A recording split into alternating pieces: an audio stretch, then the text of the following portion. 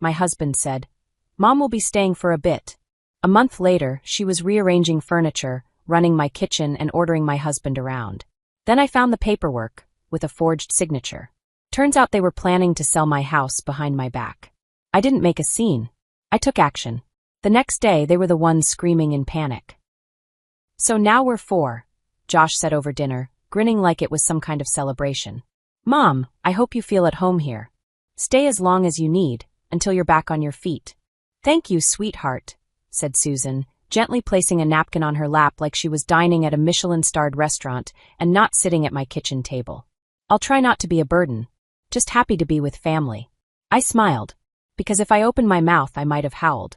I cut into the chicken like I had a personal vendetta against it. Spoiler, I did.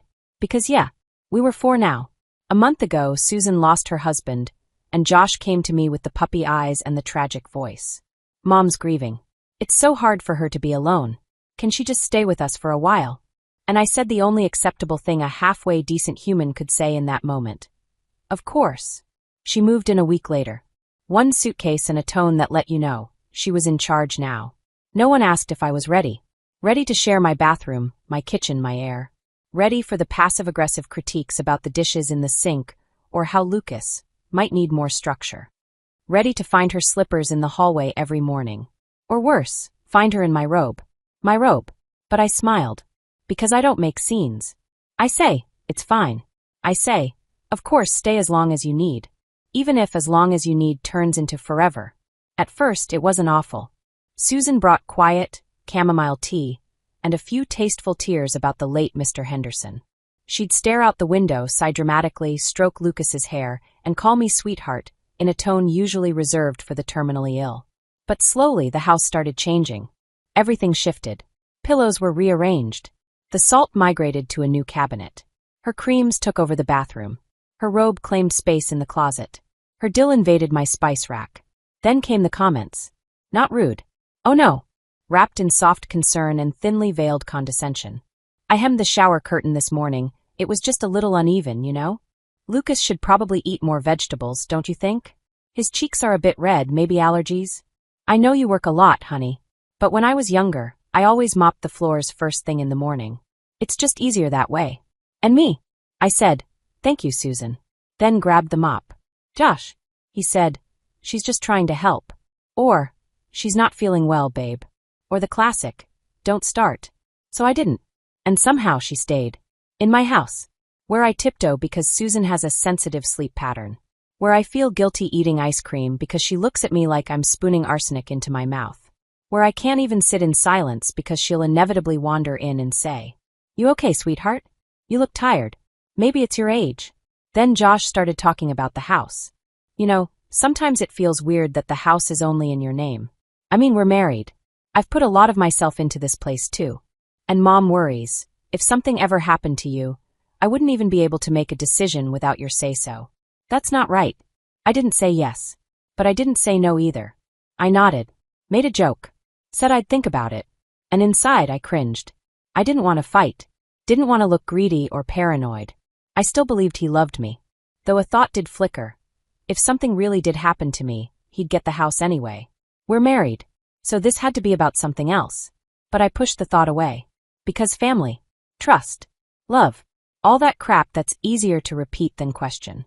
And then one night I came home from work, drained, dead on my feet, and Josh handed me a stack of papers. Just some forms.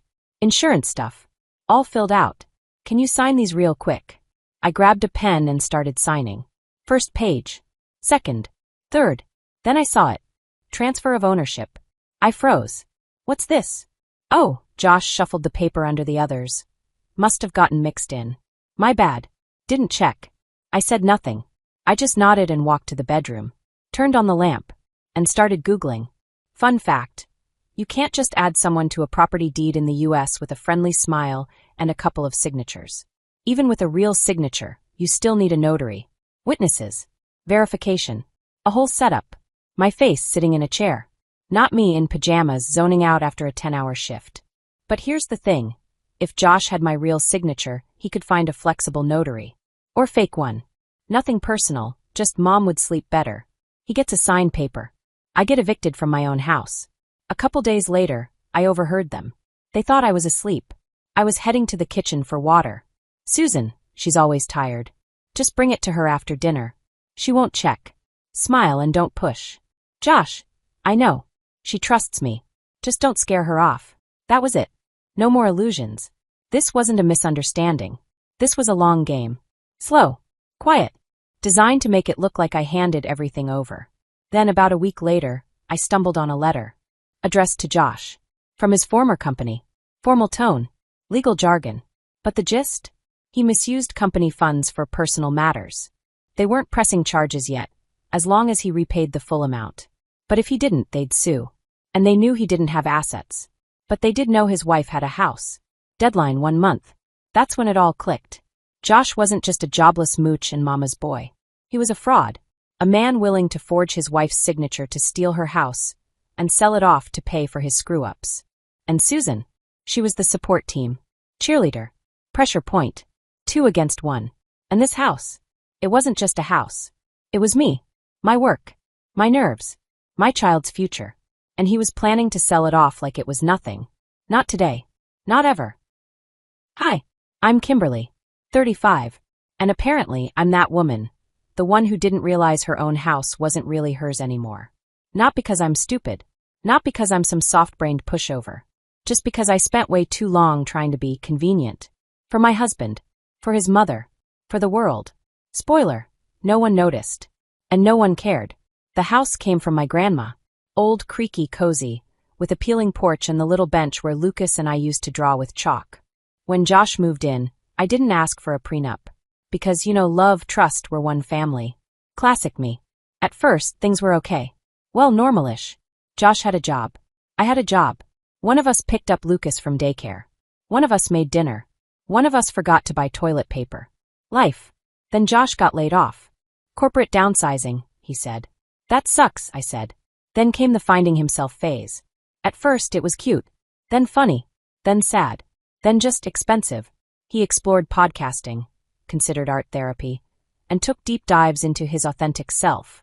While he was on his little soul journey, I was working double shifts, paying bills, buying groceries, covering Lucas's karate class, and funding Susan's sudden health routines. Susan.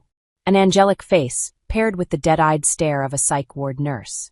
When her husband died and she moved in with us, I really did want to help. I felt bad for her. I've lost people too. I know grief. I made her soup, gave her pillows, drove her to appointments. Once I gave her a foot massage. Yes, a real one. Don't ask. But then she came back to life. Not all at once.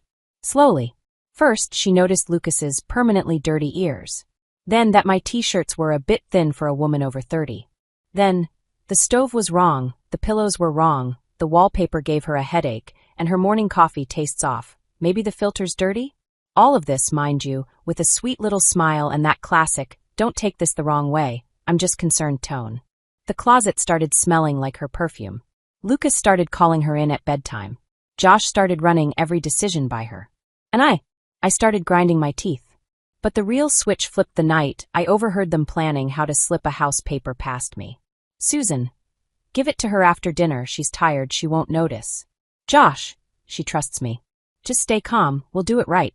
And I'm just sitting in the bathroom later that night, staring at my reflection like, am I that trusting?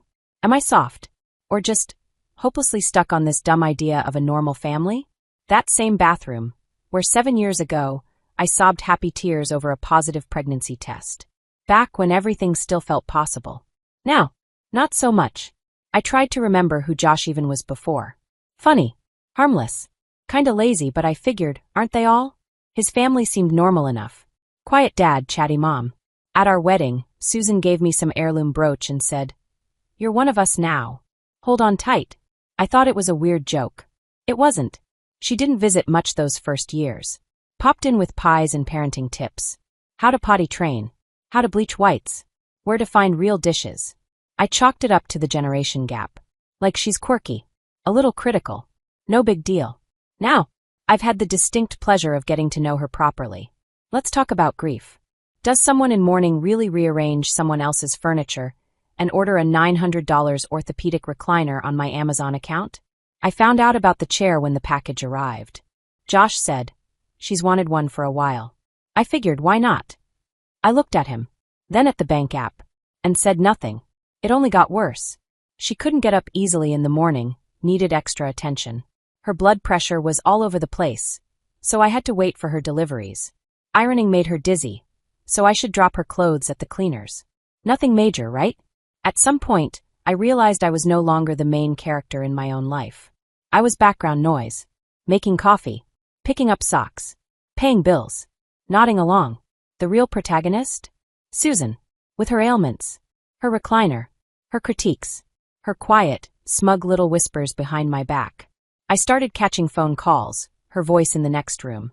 Once I heard, "She's trying, bless her. But she's no homemaker. Too emotional. Like a little girl." And laughter. Light, sweet laughter. Like I was a sitcom character she found charmingly stupid. Another time, she thought I was at work. I came home early, quiet, and caught her mid-call, laughing, alive, gleeful. Totally not a broken widow. More like a woman who just nailed a checkmate. She does everything herself. So convenient. So gullible. The trick is not scaring her off. Just let it happen. You should see her face when I pretend. Laughter. I swear I could have been an actress. And that's when the last piece snapped into place. She was never sick. She only had episodes when she wanted something. She was tired when it was time to clean. Didn't sleep when I asked her to babysit. Almost fainted if I dared raise my voice. The next day, the cherry on top? A letter. In the mailbox. From Josh's former company. Legal tone. Cold language. But the core message? He'd used company funds for personal crap. They weren't pressing charges yet, if he repaid the full amount. If not, lawsuit. Oh, and they already knew he had no assets. But his wife, she had a house. Deadline 30 days. And just like that, puzzle complete. Josh wasn't just a slacker and a mommy's boy. He was a con artist. A guy willing to trick his wife into signing away her house so he could sell it off and pay for his mess.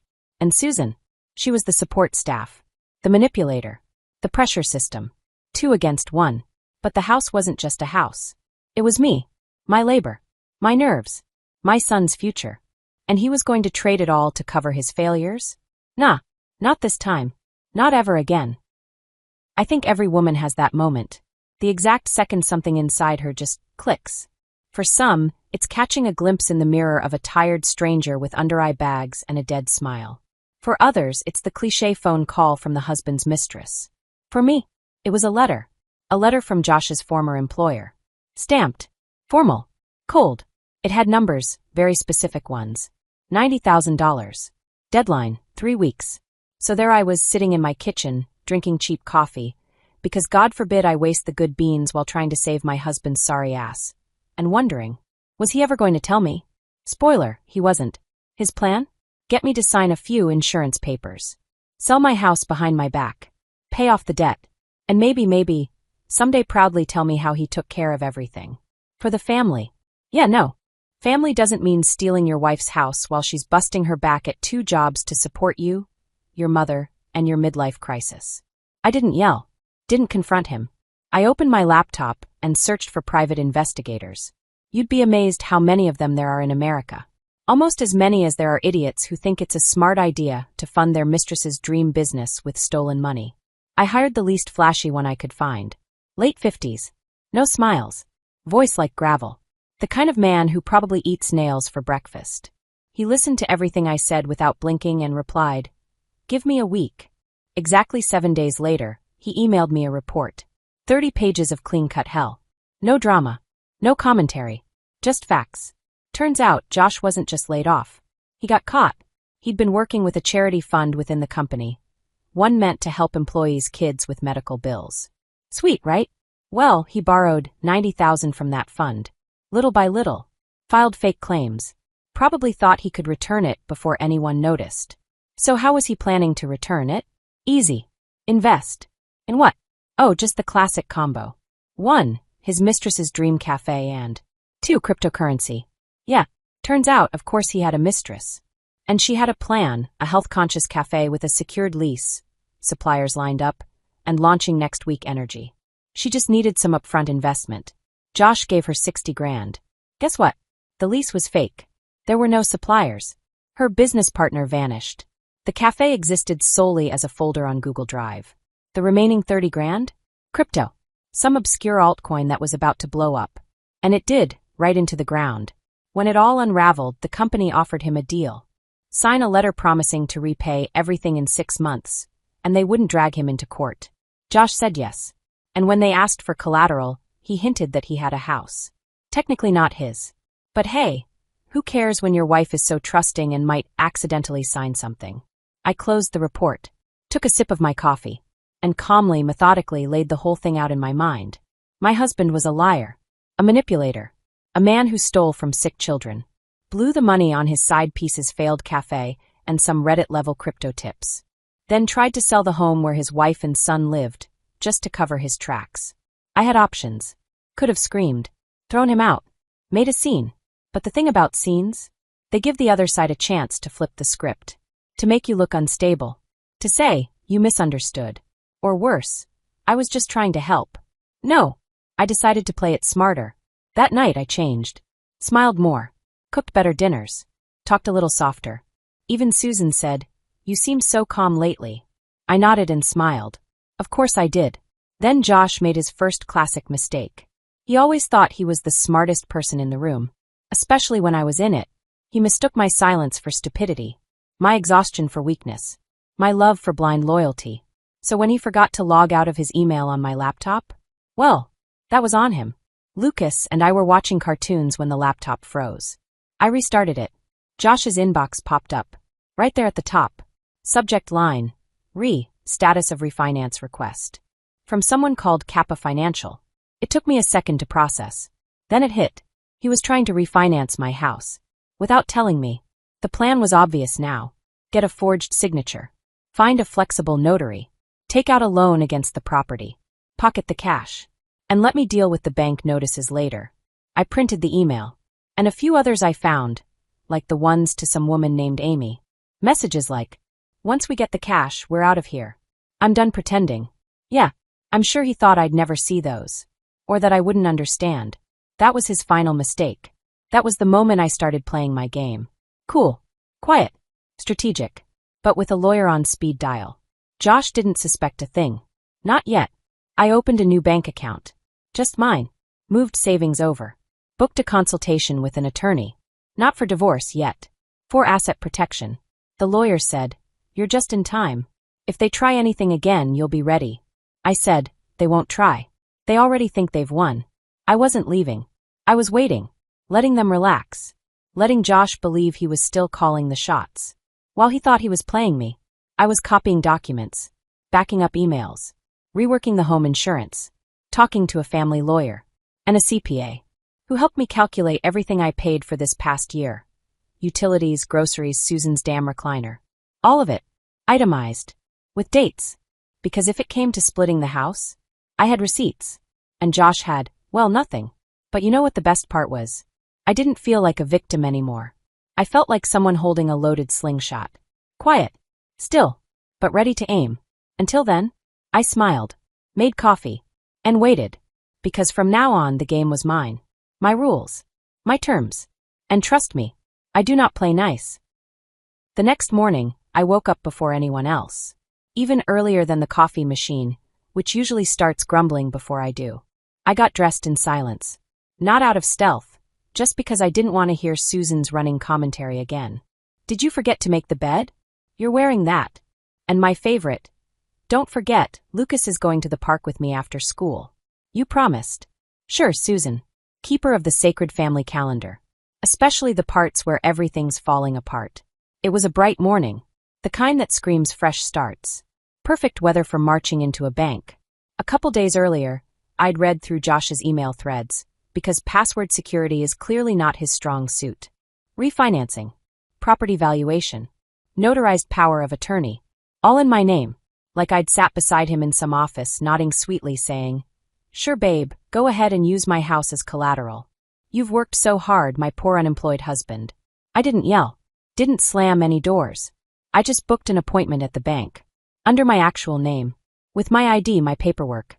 Because someone had to remind the universe whose name was on the deed. The banker was young. Too cheerful for 9 a.m., definitely not ready for the drama that was about to walk through his day. Good morning, Kimberly. You're here for the 9 o'clock? What can I help you with? I recently learned there's a refinance request on my house.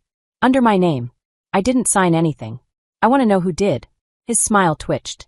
He clicked through a few screens. Yes, there's an active request. Not fully processed yet. We're waiting on final notarized docs. But the power of attorney is already in the system. Signature confirmed. Here, take a look. He swiveled the screen toward me. There it was, a scan. A document. A signature. Mine. Well, almost. That's not my signature, I said. Calmly. He froze. I'm sorry. I didn't sign that document. And I definitely didn't have it notarized. Understood. In that case, we'll halt the process immediately. I'll print a copy for you. And honestly, you should take this to the police. That's a forged signature. It's a serious offense. I nodded. I will. But first, I'm filing for divorce. He didn't ask another thing. Just quietly printed the docs, sealed them in an envelope, and handed me his business card. Have a good day, he said very softly. I think he knew that wasn't going to happen. I sat in my car for a while. Heater on. Thinking. And then I turned the key. Not toward home. I drove to my lawyer's office. Her name was Terry. One look at my face and she knew. I laid everything out. The forged documents. The emails.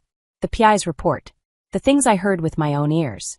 He really tried to initiate a refinance without any legal rights, she asked. Yes. And his mother knew. She helped. Let's call it emotional support. Terry nodded. Okay. Then here's what we're doing. You file for divorce. You keep the house. It was yours before marriage. The forged signature is a strong legal strike. He might try to go after shared assets, but not your inheritance. And if we decide to bring up the forgery in court, well, if his old employer hears he was willing to fake legal documents. She raised an eyebrow. Do you want me to add it to the case file on the embezzlement? I paused. A second. Maybe 2. Not yet, I said. By the time I got home, the kitchen smelled like sugar and lies. Susan was baking something. Lucas was happily licking frosting off a spoon. Domestic bliss, brought to you by attempted mortgage fraud. I dropped my purse by the door and said simply, "We need to talk." Josh froze. I saw it in his hand, just a tiny shake as he poured coffee. I walked over, pulled the forged document from my bag, and laid it on the table. Sat down across from him. "What is this?" I asked. Calm. Almost gentle. He glanced at the paper. Pretended to read it. "Oh, I have no idea," he said, raising those earnest puppy dog eyes. "What is it?" "Oh, come on." My voice didn't rise. "This is a power of attorney. With my signature. That I never gave you. That you used to try to take out a loan on my house. Wanna explain that?" "Kim." He looked to his mother. Classic move. Then rubbed his forehead. Susan sighed and sat down too, like we were having some cozy family chat. "Look, it's not what it looks like. I was going to tell you." He stumbled over the words, eyes flicking back to Susan for backup. "I'm in serious trouble. I didn't want to upset you. I took out a loan, tried to invest, thought I could make something for us, for the family. It didn't work. Now I owe money, and if I don't pay it back, I could go to jail." "Stop," I cut in. "Just stop. I know everything, Josh. I saw the letter from your old company. You didn't borrow money. You stole it. From a charity fund. Meant for sick kids." Josh went beet red. Kim, I was trying to. Trying to what? Build a better life? For whom? While I was working 2 jobs and raising our kid. I stared him down. "I know the amount. I know where it went. I know who it went to." Susan opened her mouth. "Wait, sweetheart, you've got it all wrong." Josh was just. "Susan. No. Don't." I looked at her. Hard. "You both knew. You both played your parts. I'm not stupid. I just stopped playing dumb." Susan stood up and spoke gently, like I was a wounded animal she didn't want to spook. "Sweetheart, listen. Josh made a mistake. But he didn't mean to hurt anyone. He had hope, it just didn't work out. You're not really going to destroy your family over one piece of paper, are you?" "One piece of paper?" I laughed. "It's forgery, Susan. It's a crime. He tried to steal my house. And you knew. He's your husband," she snapped. "You have a child together." "Exactly. And I'm done letting him grow up in a house where his mom is treated like an ATM and his dad is a fraud." Josh buried his face in his hands. "I'm going to jail, Kim. You don't get it. I didn't mean to steal the money. I thought I'd have time to fix it. I had a plan. I was going to start a business. Mark and I found a place. But then crypto tanked and Amy. He stopped. Realized too late what he just said. I raised an eyebrow. Amy? You mean the one you sent money to? Marketing consulting, right? He didn't answer. I stood. I'm filing for divorce. You have 2 days to pack your things and get out of my house. Susan froze. You can't do that, she whispered. You've always had such a kind heart. You're a good girl. I said. But not anymore. Now I'm the woman who doesn't let people rob her. They stared like the script had gone off track. Like I wasn't supposed to be this version of myself. I stood up straighter. I've already been to the bank. The refinance is dead. I have the forged documents. My lawyer's seen everything. And if you, Josh, ever try anything with this house again, I'll hand all of it over to the DA. Kim, please, he choked. We're a family. A family. I echoed. A family doesn't steal from each other. Doesn't lie, cheat, forge signatures, or sneak around with someone named Amy. He looked broken. You're really gonna let Lucas grow up with his dad in jail? I looked him in the eye. I want Lucas to grow up with a mother who didn't fold, who stood her ground, who didn't trade her dignity for her husband's mistakes or his mom's cinnamon rolls. I walked out of the room. No yelling. No tears. Just me closing the door behind me. Breathing again. 2 days later, they were gone. The next morning, I washed the sheets and ordered new pillows. That night, I sat on the porch with Lucas. We drew a circle in chalk. Inside it, our house. He looked up at me and asked, So, Daddy doesn't live with us anymore? No, honey. He doesn't. But you can always talk to him whenever you want. He nodded like that made perfect sense. Then, okay, can I have ice cream for lunch now? The kitchen smells like cinnamon again. Lucas is lying on the floor, drawing a flying dinosaur and calling it Momceratops. I'm choosing to take it as a compliment. The house is quiet. Peaceful quiet. No passive-aggressive slippers in the hallway. No unsolicited advice disguised as care. No betrayal under the same roof. Susan left on day 3. Packed her suitcase, made a face, dropped one last snide comment, and moved into some senior living complex. Josh isn't with her. Josh is somewhere else now.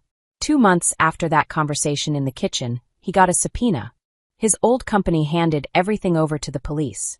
His lawyer tried to negotiate, returned part of the money, claimed the rest was unverifiable expenses. But the case still stuck. He cut a deal.